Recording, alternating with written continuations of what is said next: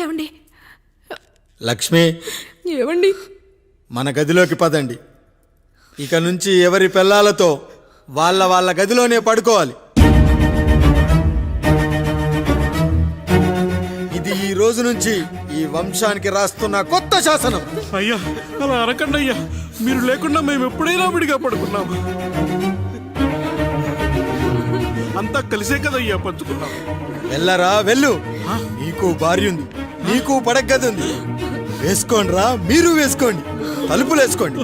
మీరు కూడా ఏంటండి, పిల్లలేదు? చిన్న పిల్లల వాళ్ళని ఉయ్యాల్లో ఆడించేటప్పుడు పక్కనే ఈ నాన్న కావాలి, బడికెళ్ళేటప్పుడు పక్కనే ఈ నాన్న కావాలి, గుడికెళ్ళేటప్పుడు కూడా పక్కనే ఈ నాన్న కావాలి. కానీ శోభనం గదిలో మాత్రం పక్కనే ఉంటానంటే బరువయ్యాను జానకి, బరువయ్యాను.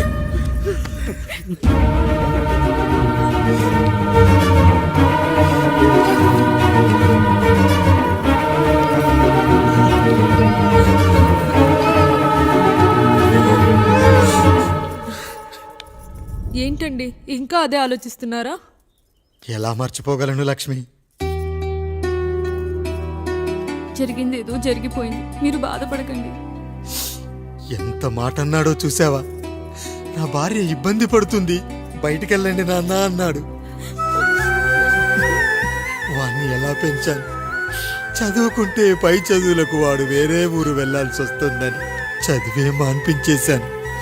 జ్వరం వస్తే ఆ మాత్రలు చేదుగా ఉంటాయని నేనే మింగాను. నోరు తెరిచి అమ్మ కావాలన్నప్పుడల్లా ఎంతమంది అమ్మల్ని ఇచ్చాను. నాన్న అన్న ప్రతిసారి నాన్నల్ని ఇవ్వలేకపోయానని వాడికి నా మీద కోపమో ఏమో జానకి. నిజమేనండి, మనమంతా ఇలా లేమే. మన కుటుంబానికి దిష్టి తగిలింది. మా నాన్న మరణంతో ఆస్తిపోయి తమ్ముళ్ళతో నడి రోడ్డున పడ్డప్పుడు ఇలాంటి కష్టాన్ని మొదటిసారి అనుభవించాను. అయ్యా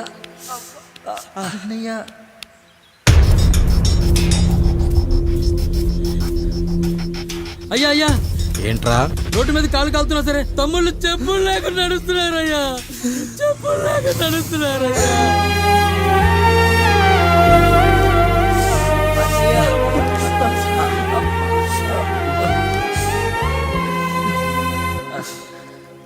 చెప్పులు లేకుండా నడుస్తుంటే కాళ్ళు కాలుతున్నాయట్రా.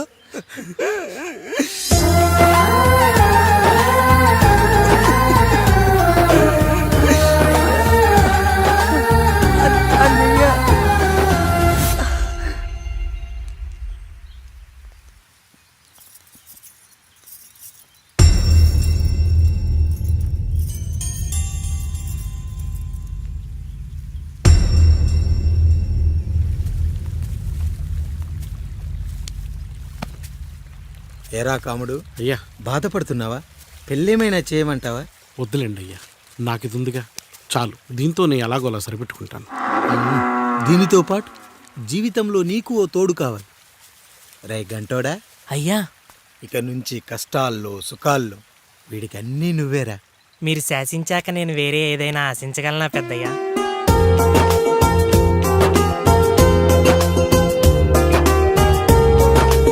నీ గురించి కాదురా,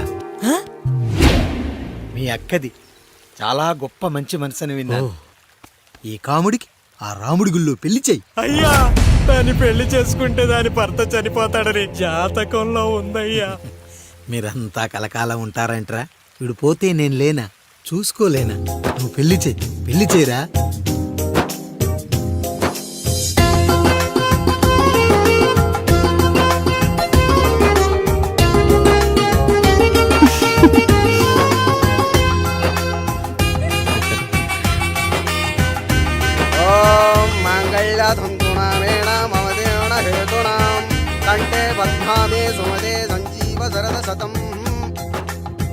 అయ్యా, ఏంట్రా?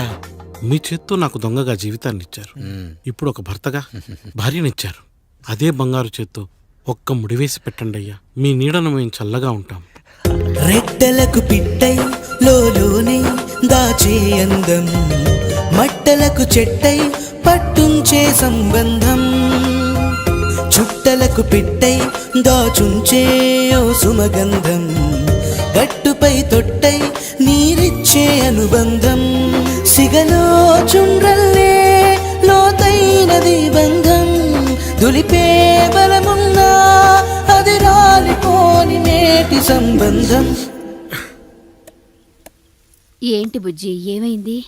పండు, నీకు పెళ్లి చేసిన మరుక్షణం నీ భర్త చనిపోతాడని జాతకంలో ఉంటే ఆయన నన్ను నీకిచ్చి పెళ్లి చేశారు. నేను పోతే నా భార్య పరిస్థితి ఏంటయ్యా అని అడిగితే నేను లేనారా అన్నారు. ఆయన చేసిన త్యాగం మామూలు త్యాగం కాదు. ఒకవేళ పొరపాటున నాకేమైనా జరిగితే? అయ్యయ్యో, అంత మాట అనకండి. మీరు వేరే చెప్పాలా? మొన్నటిదాకా తమ్ముడు, ఇప్పుడు ఈ కాముడు, తర్వాత రాయుడు. ఒరేయ్ కాముడు, పెళ్ళైన దగ్గర నుంచి మీరు సరదాగా గడిపిందే లేదు. మీరిద్దరూ సరదాగా హనీమూన్కి వెళ్ళిరండి. ఏ ఊటీకో కొడైకెనాల్కో. ఇదిగో టికెట్లు. అయ్యా, మీరు దేవుడయ్యా. ఇక్కడ పనులాగకుండా నువ్వు ముందుగా వెళ్ళిరా. నువ్వు తిరిగి వచ్చిన తర్వాత పండు వెళ్తుందిరా. అయ్యా, ఒక పని మనిషిని మీరు ఇంతగా ఆదరిస్తున్నారయ్యా. నువ్వు పని మనిషి ఏంటి పండు? నీలాంటి స్త్రీమూర్తిని ప్రతి మగాడు అమ్మలా చూసుకోవాలి. ఇక నుంచి నా బిడ్డలు నిన్ను అమ్మా అని పిలుస్తారు, అమ్మలా చూసుకుంటారు. ఏమంటావు జానకి? రెట్టలకు పిట్టై లోలోనే దాచే అందం, మట్టలకు చెట్టై పట్టుంచే సంబంధం, చుట్టలకు పిట్టై దాచుంచే ఓ సుమగంధం, ఎంత బాధగా ఉంటుంది అన్నకి ఇంకెంత బాధగా ఉంటుంది. సిగలో చుండ్రల్లే ఈ బాధ నా బాధ కాదట్రా. దులిపే బలమున్నా అది రాలిపోని నేటి సంబంధం.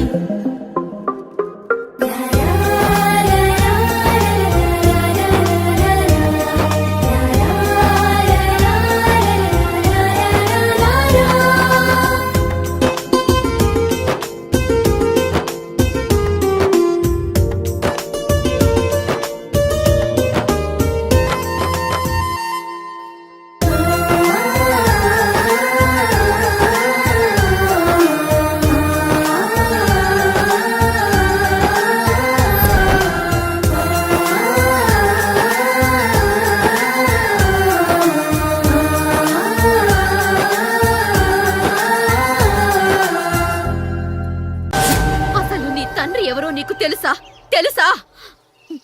ఇదిగో ఈ కాముడేరా నీ తండ్రి. గేదె నల్లగా ఉన్నంత మాత్రాన పాలు తెల్లగా ఎలా ఉన్నాయనే కదరా నీ ప్రశ్న. దానికి సమాధానం చెప్పాలంటే ఒక వర్షం కురిసిన రాత్రి నేను 9వ నెల బాలింతగా ఉన్నప్పుడు. పండు, పండు, ఇదిగో. ఏమిటండి ఇది? నిద్రలేస్తే నేను, బయటికెళ్తే గంటోడు, పక్కకెళ్తే పాలేరు, ఎప్పుడూ తిరిగే తాయారు. రోజు మమ్మల్ని చూసి చూసి బిడ్డ కూడా జిడ్డు మొహం వేసుకుని పుడతాడేమో అని భయంగా ఉంది. కడుపులో ఉన్నప్పుడు మనం ఎవరి మొహాలైతే చూస్తామో అచ్చం వారి పోలికలతోనే పుడతారంటారు. పొరపాటున నా పోలికలతో పుడితే? అదేంటి కాముడు, నీకేం తక్కువ? జుట్టు ఉండాల్సిన చోట లేకుండా అవసరం లేని చోట విపరీతంగా పెరిగిపోతుంది. మనకు పుట్టబోయే బిడ్డ గొప్ప అందగాడై ఉండాలి. ఇదిగో రోజు ఈ దేవుడి ఫోటోలు చూడు, వాళ్ళలాగే అందంగా పుడతాడు. కడుపుతో ఉన్నప్పుడు ఎవరి ఫోటో చూస్తే ఆ పోలికలతో బిడ్డ పుడతాడా? కనిపించని దేవుడి పోలికలు నా బిడ్డకెందుకు? ఈ ఊరికి దేవుడు రాయుడు. నా బిడ్డ ఆయనలాగే పుట్టాలి, ఆయనలాగే పుట్టాలి.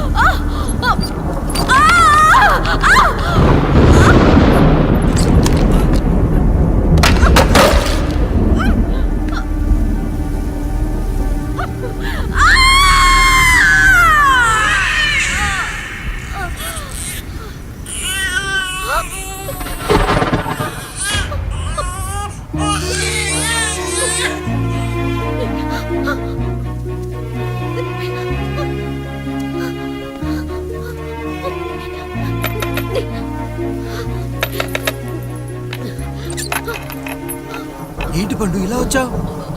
అయ్యా తప్పు జరిగిపోయింది పెద్దయ్యా. ఏం జరిగింది? అసలే నువ్వు ఒట్టి మనిషి కూడా కాదు. ఒక్కసారి ఇటు చూడండి అయ్యా.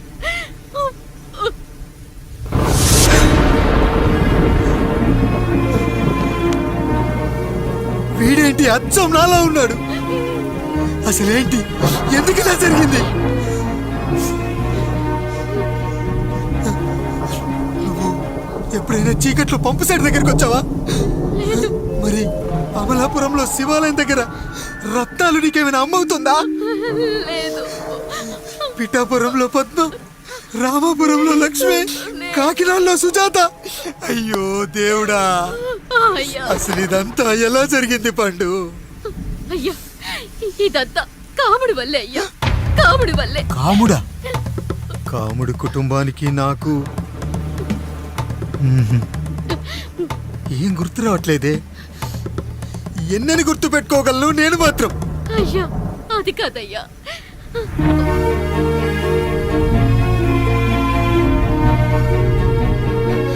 అలా రోజు మీ ఫోటో చూసి చూసి అచ్చం మీలాగే పుట్టాడు. అయ్యో, నా పోలికతో బిడ్డ కావాలనుకోవడం ఏంటి పండు? నువ్విలా చేయడం ఏంటి పండు? పోలికల కోసం ఫోటోలు ఎందుకు చూసావు పండు? అందుకే కదయ్యా ముందు ఆ డైలాగ్ చెప్పాను, తప్పు జరిగిందని. ఇప్పుడు ఏం చెయ్యాలయ్యా? స్వచ్ఛమైన మన ప్రేమను ఈ పాడులోకం అర్థం చేసుకోదు. కనీసం మీ ఇద్దరి జీవితం బాగున్నా ఆనందపడేవాడి. వీణ్ణి ఇక్కడ ఉంచొద్దు పండు, బయటికి పంపించు. బయటికి పంపించి బాగా చదివించు, గొప్పవాణ్ణి చెయ్యి. వీడికి అయ్యే ఖర్చంతా నేనే భరిస్తా. అవసరమైతే ఆ డబ్బు కాముడి జీతంలో వచ్చేద్దాం. అయ్యా వెళ్లే ముందు వీడికొక పేరు పెట్టండి అయ్యా. వీడు ఇంకో రాయుడు, అంటే ఇంగ్లీష్లో అండ్ రాయుడు, అండ్ రాయుడు.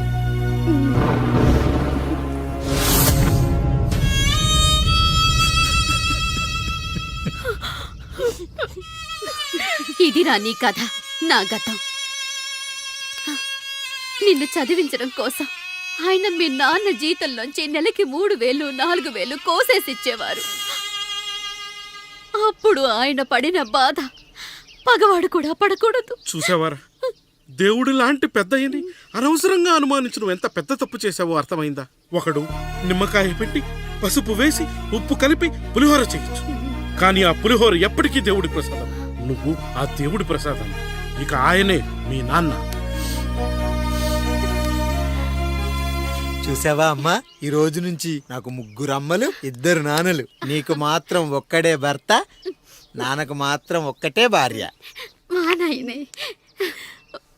అయ్యా, బిడ్డను ఒక్కసారి ఎత్తుకొని తిప్పండి అయ్యా. బాబు, నాన్నా,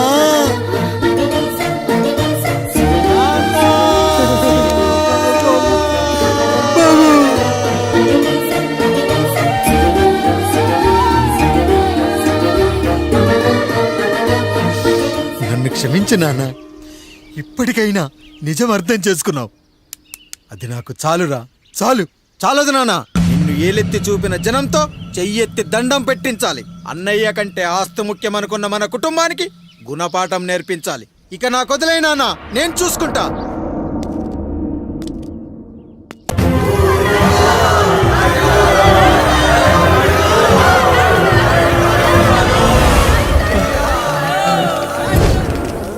ప్రజల్లారా, నా బిడ్డల్లారా, నా జీవితం మీకే అంకితం. మళ్ళీ జన్మంటూ ఉంటే మీకోసం తిరిగి వస్తాను.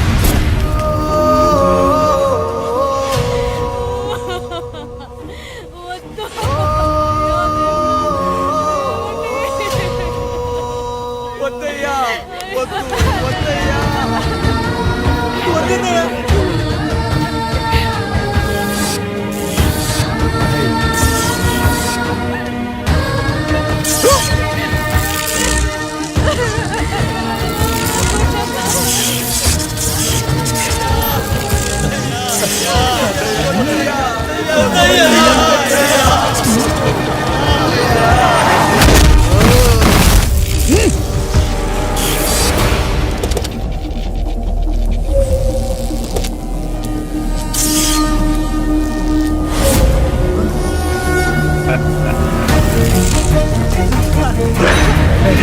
వదలరా.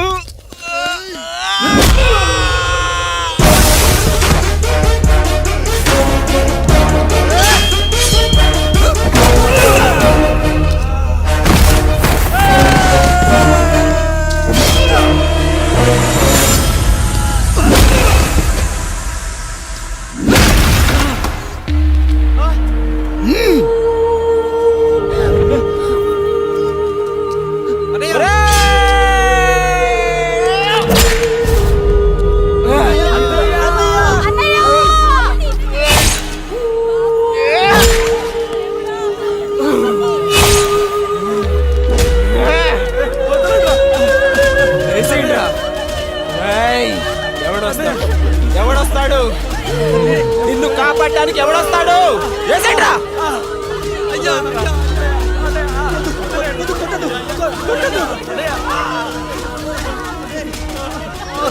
కష్టం వస్తే ఒక్కసారి నాన్న అని పిలవరా, ఆ సమాధిలోంచైనా లేచొస్తా.